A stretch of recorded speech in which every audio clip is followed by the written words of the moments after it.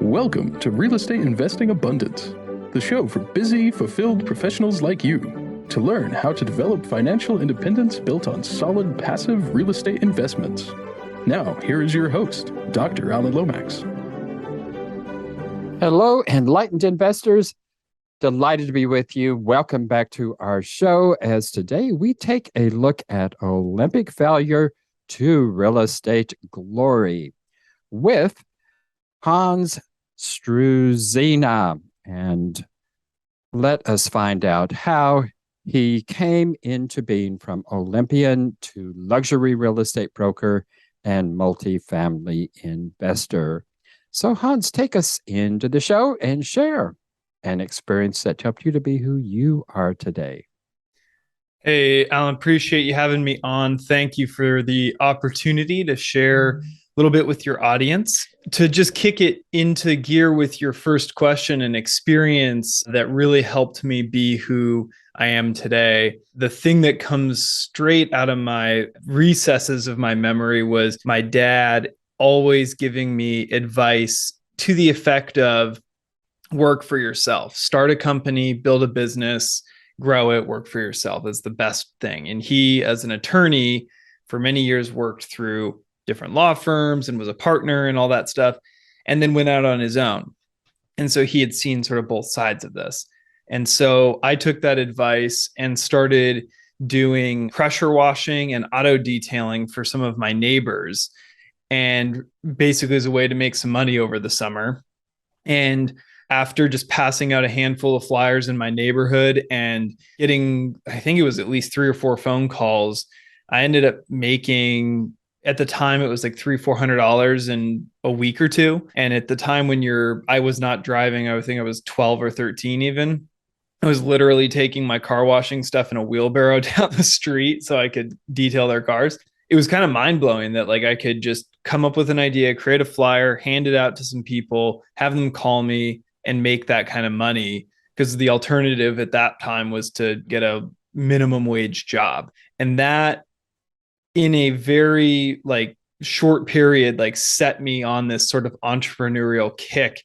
And it took many different forms. And I've had a variety of sales jobs. And as you pointed out, now into real estate brokerage and then investing in real estate myself with my wife. And so that's the kickoff for you out of the gate.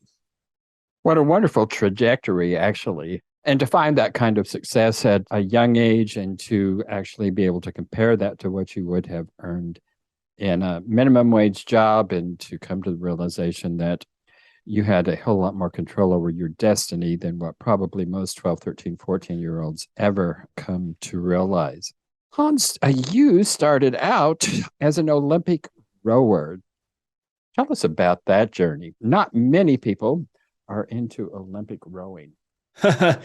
Admittedly, I did not start out that way. I really more or less finished that way relative to my athletic career. But it started as I started in athletics, as a lot of kids do, just signing up for whatever was available through school or after school activities. And I tried it all, football, track, wrestling, all that stuff. And I had the distinct displeasure of growing late. And so, but in 5th grade, I was on the football team. I was co-captain and was one of the better players, showed up for 6th grade. And I was all of a sudden in the lower half of the size and weight sheet. And then by freshman year, I was the oldest and the smallest on the football team. So some of those contact and size specific sports were not for me, as it turned out. I suppose I could have outworked through some of that, but it was certainly a big hill to climb. And growing up in the Seattle area, rowing, unlike most other cities in the United States, is a very visible and very known tradition. Visible in the sense that the entire city is surrounded or centered around water bodies. And on those water bodies are a lot of rowing boats. So you physically see them on the freeways, on the bridges, and so forth. And the University of Washington has an incredibly deep rowing history, just period, but also deep and ingrained into the history of the city. It's actually the oldest sport I think it's equivalent to football. They were founded about a year or two apart, as I recall. I can't remember which came first, but it's right up there. And for a long time, it was more popular than football from a spectator and actually a betting perspective, but I digress. So found that sport through just proximity to it, signed up for the summer rec program, and ended up, again, because I was smaller, didn't want to do basketball and football and all that. So I said, hey, I'll give rowing a try, because it had more to do with your individual output on the rowing machine or your effort in the boat and your ability to work with the other people in the boat than it did about, how hard you could hit or jump or so forth. So I took to it, found out that I had some talent and some natural ability, and then really just started to work and work and work. And that led me to rowing actually at the University of Washington, which upped the level of competition significantly, and was fortunate to be part of 2 national championship crews, rowed with guys from all over the world, literally, because we recruit a lot of international talent at that school, as well as a few other top schools. And that gave me the confidence to compete on the international level. And so I pursued the under 23 team in the summer between college. And then after college, went on to the senior team, ended up making a couple of senior national teams, and ultimately the Olympic team for Team USA in the 2016 Rio de Janeiro Olympic Games. Very interesting. I didn't know that about Seattle. I've always associated rowing with the East and Ivy League and with England and Oxford and of course. Cambridge. There's a great book called Boys in the Boat, if you want to go get a good true narrative of sort of a blue collar group of guys in the 30s coming up and beating all of the traditional Ivy League guys in rowing. That's a good story for you. Yeah, it sounds like an interesting story. Well, let's get into real estate and how it is that you went from rowing, which was consumed you for a good period of time there in your life. How did you move from rowing to real estate? So after the Rio Games in late 2016, I knew I was going to take a break because I had been going 12 years continuously from that first time ever rowing until I competed in Rio. Was 12, just technically just a bit over 12 years. And so I was taking a break for sure for that year. And so I was going to obviously pursue something professional. And as I mentioned to you earlier, my dad was an attorney. He pivoted into real estate and business attorney halfway through when he went out on his own. And I had uncles who were developers and architects, and they owned different types of properties. So I always had this kind of interest in real estate and always figured I would end up in the field, but more likely on the commercial side versus the residential. And along the way, we met this couple who was in Southern California, who was kind enough to let us stay at their house periodically when we'd go down to San Diego for training camps.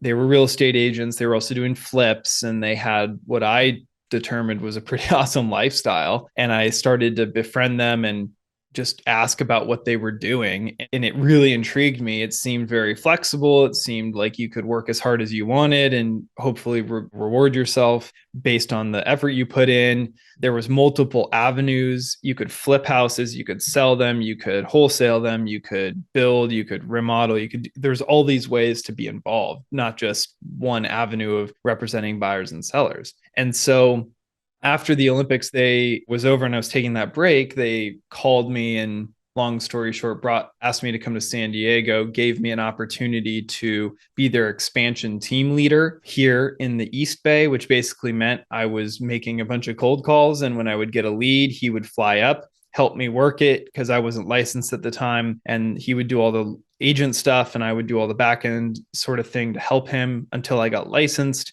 And once I got licensed, I just repeated what he was doing and started to learn how to do that. And we were focused in the short sale, notice the default world. And I ended up doing 9 of those transactions my first year. So I really cut my teeth on some tough stuff, but it was luckily on stuff that people didn't know I was brand new at the time. They had a bigger problem, which was their foreclosure. So I had a solution. They had a problem.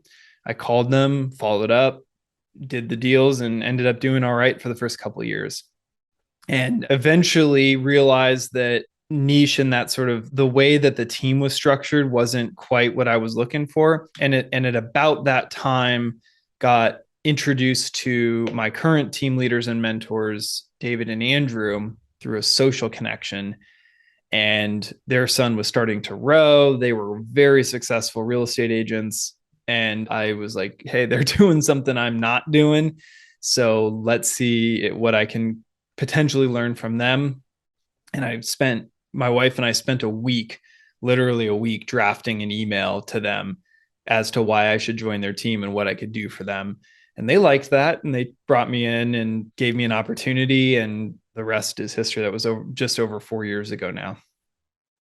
Yeah, short sales are challenging, to say the least, but you did 9 of those in 1 year. That's quite an accomplishment in and of itself, because short sales are not as straightforward as any other real estate deal. Take a lot of follow-up and hard work, actually. Well, Hans, you joined partners with a partnership. They actually were your mentors. Are you still with that particular team, or have you gone out on yourself there? I've moved up. I hold a broker's license in California, so I could, in principle, start my own thing, but the partnership with them is just so robust, and there's so much volume and so many opportunities, so much learning. And and they're getting to the latter part of their career, so they're going to be looking to offload more and look for new leadership. And so there's opportunities beyond just leads and so forth that I'm hopefully going to have a shot at some point to some degree. And I think I can bring a lot to the table, and they obviously give me a lot too. So we're still very much in business together. Beyond joining forces with these, Hans, you have also joined forces with your wife. Is she also a broker?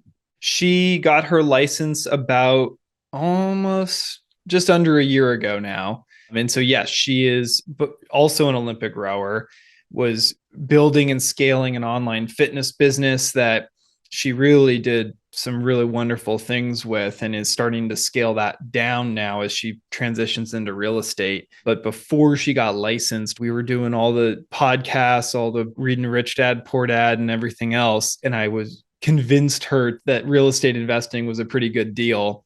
And we ended up buying our very first property back in 2017 before we had any money. We were scraping together like 40 grand to do the down payment and closing costs. And as soon as we did that first deal and we saw the power of it, we've just been hooked ever since. So we started doing business together like that. She saw the success I was having as a real estate broker, has now transitioned into that with me as well. So we're kind of aligned on multiple fronts in a business perspective now. Well, there is certainly a difference between being a broker and being an investor. I always look at brokerage as a job. Investing is a wealth building mechanism. Totally. So how do you bring the two together? I think there's a lot of overlap. And I think I'm always shocked that so few real estate agents don't invest in real estate, because even if you're not investing in your market, you still understand real estate, hopefully. If you're a broker or an agent, you should get it to some degree. You understand how real estate is built, how it's inspected, the relative costs and ages and lifespans of the systems. You also understand how to finance it at a high level. Like, you might not know the specifics around certain types of financing, but you get it conceptually. You also get how it's paid for. You also get how the closing costs work. So you have all this knowledge that translates regardless of if it's a condo, a single family house, or a 50-unit apartment building. It's more or less the same. It's just at scale, and that you've got 50 water heaters instead of 1 or 2, right? So that part of it really translates for me. And then the learning happened for us specifically around how to underwrite the deals, how to look at the metrics and the returns, what are the various operating costs associated. And that's like a spreadsheet. That's, once you learn it, you model it, you're done. You just have to like keep plugging numbers in and making reasonable assumptions for the various markets you're in. And so it's really not that different, other than, to your point, once you get a real estate deal done that you're going to put a renter in, it's going to have cash flow, you're done making that, putting in the hours to make that money. And hopefully that's just going to pay you in perpetuity, or at least in some long-term fashion. Whereas real estate sales, it's just that, it's sales. I have to keep go getting clients and keep servicing them, keep writing offers, keep listing houses to make commissions. And so the beautiful thing here is when you start working in a market like where I'm at, in this sort of luxury price point, you have to work your butt off, but you can make a lot of money doing it. And I can take what I'm not, we live well below our means and have for a long time. So we can take the residual and invest it into real estate. And so I can build a portfolio that we fully control relatively quickly. And that's not to say we are 100% in real estate from an investment standpoint. We have a few other things, but it's primarily real estate because, again, it's something that we just get and understand. Hans, take us through this journey as an investor, how you started and where you are today. I love that. I'm laughing because take back to 2017, I believe it was, when we bought so we live in California, we live in the Bay Area. I'm from Seattle, and we were looking at like 5 or 6 different markets.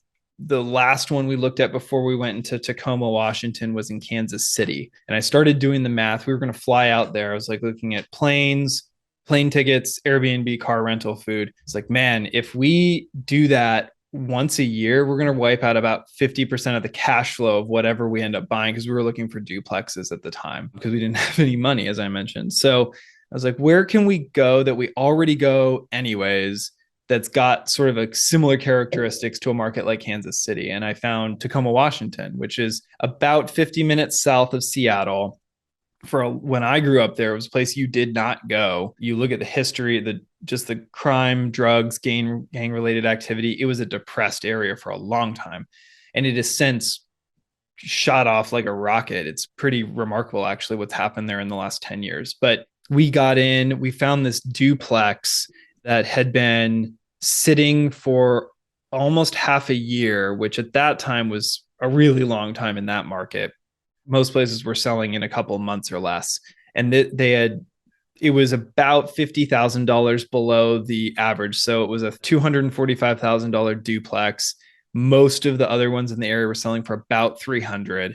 And the sellers were like, hey, there's about 50 grand of work to do. We're just going to price reduce, and that's our number. If you come in with our 245, we're done. And so we were like, I don't get it. Why is no one looking at this? We had it inspected. We looked at it. We did our diligence. And long story short is they knew what they had, and we saw it, and everyone wanted a discount on top of their low numbers. So we were like, no, this is a great first deal. This is awesome. So we ended up putting an offer in, removing our contingencies. And the kicker of this whole thing is at the same time as I'm flipping a house. I'm not doing the work on it, but I have a contractor, I have a hard money loan, I'm on the deed, the whole thing. And right as we made our deposit hard on that deal, my contractor put a mechanics lien on this flip because he was afraid that I wasn't going to honor our deal and pay him at close of escrow, which was just absurd. But he basically made it so I couldn't pay him anymore because I didn't have 20 grand to give him at the time. And so we're in this moment of our deposit's hard on this property. We've got all this money and effort tied up in this flip. We're down to our last $2,000. And it was sort of this moment of, oh my gosh, this might actually kill us. Luckily, we didn't have a lot to lose in the first place. But it was that moment of this is what they were talking about on the podcast and in the books of it's going to be really hard to do the first one. There's going to be a moment when you're going to look down the barrel of the gun and you're like, oh, I don't know. And we could have taken the lesson from that and pulled out of all of it and done no more real estate investing because that was really hard and it was scary. But luckily we were able to be resourceful, take a step back. We were able to borrow the 20 grand, get him paid off, sell the flip, make the 10% or 11%, whatever our margin was at the time, make the money back, and then reinvest that into the duplex because the 2 units were pretty trashed. Fast forward to today, we have done a BRRRR strategy on that unit. We've pulled all the money. We put in about 60 grand to reno it in the end. We've pulled all that money out, bought another property with that money. That thing is cash flowing almost $1,000 a month right now. And we own 4 properties, 9 doors across the 4. And the portfolio, I think the equity in the portfolio is probably, it's not $1 million, but it's kind of knocking on the door into that world. And then we also own our primary residence, which we got for a very good number. And then the market took off under it as well. So that helped. And then we're very actively looking for our next investment right now. So that's where we've built it up to over the last couple of years. Hans, thanks for taking us through that in a step-by-step fashion there. I'm really kind of surprised that you were able to find those kind of opportunities in Tacoma, being so close to Seattle, where I think it would be very, very difficult to find cash flowing properties in that particular region. And so I'm kind of surprised that you found that in the Tacoma area. Tacoma is south of the, I forget the name of the airport there, the international airport. The SeaTac Airport, yeah. SeaTac, yeah. And so Tacoma south of that, is that it's correct? The airport's about halfway roughly between Seattle and Tacoma. Oh, okay. You either go north to Seattle or south Tacoma. To Tacoma, okay. Explain, many of our viewers and listeners know what you're talking about when you mention the acronym BRRRR, but many do not. So what is BRRRR? Well, you buy it, you renovate it, or rehab it, you refinance it. So you pull the cash or a bunch of the cash out, meaning, so you buy it at a low number, likely for cash, or maybe you get a loan on it. You put money into it to rehab it. So you invest some dollars into the condition. Then it's obviously ideally worth more than what you have bought it for, plus the renovation costs. You then go get a refinance on it. So you cash out refinance. So just for sake of argument, you buy it for 100, you put in 50. Now the whole thing's worth 250, right? So you've got $100,000 spread. You get a loan for the 150 on it. So you pull all of your acquisition plus your rehab costs out, and then you put some renters in there and you repeat. And that's the final R. And so then you take that original 150, which you've now pulled off the table, and go do that again somewhere else. You go take that 150, buy, rehab, refinance, repeat. In this market, with rates going the way that they are, I can imagine that this would be a harder strategy than it was even 6 to 12 months ago. But that is the concept. And if you're, I will tell you, there are people out there who will help you do these kinds of deals because there's a lot of cash floating around out there and people want to put it to work in various ways. And I'm willing to bet that you could find someone to be creative with if you found the right deal for that person's appetite. More than likely. So it's just finding the markets. And I think, like you said, it's going to be tighter and difficult to do it. There's still markets out there, but you may have to search diligently to find them. Hans, you're always working to build a work-life integration and balance. Mm-hmm. Give us some insight into how you're doing that. I like this. Let me back up. The work-life balance thing, to me, that's not a term that I love because it sort of implies there's time when you work and there's time that you don't work. And that has never been a concept that resonated with me. I've always liked the concept of work-life integration.